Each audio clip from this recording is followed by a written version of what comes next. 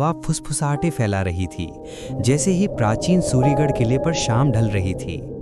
स्थानीय लोग हमेशा कहते थे कि जैसे ही सूरज थार के पीछे छिपता है, किला जाग उठता है, जीवन से नहीं बल्कि परछाइयों से।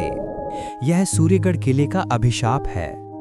3 कॉलेज के दोस्त राघव, अमित और कबीर इन कहानियों को हंसी में उड़ा देते थे। सड़क किनारे एक ढाबे पर रात के खाने के दौरान उन्होंने अपने सहपाठियों के साथ एक बेपरवाह शर्त लगाई। किले में एक रात, कोई डर नहीं, कोई भागना नहीं। उनके दोस्त इसे बहादुरी कहते हुए मुस्कुराए, लेकिन तीनों का अभिमान तर्क से ज्यादा मजबूत था। चांदनी रात थी।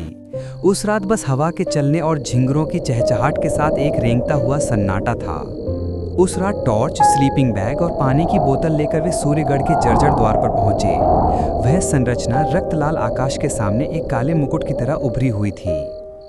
किले का बहुत पुराना दरवाजा किसी विशालकाय की तरह खड़ा तीनों दोस्तों को चेतावनी देने की कोशिश कर रहा था। तीनों दोस्त उत्सुक मन से और सावधानी से द्वार की ओर बढ़े। अमित अपनी टॉर्च किले के पुराने जर्जर दरवाजे की ओर इशारा करते हुए किले में प्रवेश द्वार ढूंढ रहा था। वे आश्चर्यचकित खड़े रहे। अचानक दरवाजा खुला और किले का बूढ़ा रक्षक बाहर आया और उन्हें झुकाया। सूर्यास्त के बाद कोई नहीं रुकता, उसने कांपती आवाज में चेतावनी दी। शाप के बाद से यहाँ हवा भी आराम करने से इनकार कर देती है। उसकी बात अनसुनी करते हुए वे लड़के उसे द्वार से पार कर गए। लड़के मलबे से चढ़कर एक टूटे हुए मेहराब को पार कर गए। ऐसा लगता है कि बहुत समय हो गया है जब कोई भी इन मेहराबों और मलबे को पार करके किले में प्रवेश नहीं कर पाया है। किले के अंदर आंगन उनकी हंसी से गूंज उठा। रात का सन्नाटा उनकी हंसी से टूट गया। उन्होंने सबूत के लिए वीडियो बनाए और अपने दोस्तों को #सूर्यगढ़ चैलेंज और #हॉन्टेड और हॉक्स जैसे कैप्शन के साथ टैग किया। अमित एक टूटते हुए खंबे के पास बैठा था। शायद अभिशाप सिर्फ खराब वास्तुकला है, उसने मजाक किया, लेकिन उसकी आवाज खोखली लग रही थी, अजीब से दूर, मानो दीवारें उसके शब्दों को निगल रही हों। आधी रात तक हवा बदल चुकी थी, हंसी फीकी पड़ गई। कबीर, जो सबसे ज्यादा संदेही था, उसने महसूस किया कि उसके कंधे से कुछ छुआ, ठंडा, जानबूझकर और अनदेखा। वह तेजी से मुड़ा, कुछ नहीं। फिर आवाज आई, एक हल्की गुनगुनाहट, धीमी और लयबद्ध। यह पत्थर के फर्श के नीचे से उठी।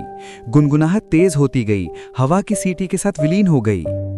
राघव की टॉर्च टिमटिमाई और बुझ गई। अगले ही पल अमित चीख पड़ा। जब कबीर मुड़ा तो अमित जा चुका था। उसका फोन जमीन पर पड़ा हुआ था, स्क्रीन टूटी हुई थी, कैमरा अभी भी रिकॉर्डिंग कर रहा था। उस पर दीवारों पर एक धुंधली परछाई रेंगती हुई प्रतीत हो रही थी। कबीर और राघव टूटे हुए फोन को लेने गए, लेकिन घबराहट शुरू हो गई।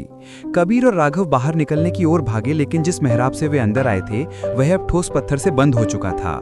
वे फंस गए थे। हवा में एक फुसफुसाहट गूंजी, तुम्हें रुकना नहीं चाहिए था। दीवारों पर लगी मशालें जल उठीं, एक आदमी के प्राचीन नक्काशी को रोशन कर रही थीं। एक जादूगर जिसकी आंखें अनंत क्रोध में चौड़ी हो गई थीं। कबीर को एहसास हुआ कि यह कहानी सच थी। जो जादूगर कभी यहाँ रहता था, उसे राजा ने धोखा दिया था, और उसका मरते समय का श्राप था कि इन दीवारों के भीतर किसी भी आत्मा को कभी शांति नहीं मिलेगी। कुछ ही क्षणों बाद मंत्रोच्चार बंद हो गया, लपटें बुझ गईं, सन्नाटा छा गया। अगली सुबह जब सूरज उगा तो उनके कॉलेज के दोस्त हंसते हुए शरारतों और अतिरंजित भूत प्रेतों की कहानियों की उम्मीद में पहुंचे। इसके बजाय उन्हें सिर्फ किले का सन्नाटा मिला और पैरों के 3 जोड़े जो आंगन में तो गए लेकिन कभी बाहर नहीं आए। कोई लाश नहीं, संघर्ष के कोई निशान नहीं, बस धूल में पड़ा एक फोन जो अभी भी रिकॉर्डिंग कर रहा था, हंसी की हल्की सी गूंज को कैद कर रहा था जो धीरे धीरे गायब होती जा रही थी। उस रात के बाद से किसी ने भी शाम ढलने के बाद सूर्यगढ़ के अंदर कदम रखने की हिम्मत नहीं की। स्थानीय लोगों का कहना है कि किला आज भी आधी रात को गुंजाता है, और कभी-कभी अगर आप ध्यान से सुने तो आपको अंधेरे में 3 बच्चों की हंसी की आवाजें सुनाई दे सकती हैं।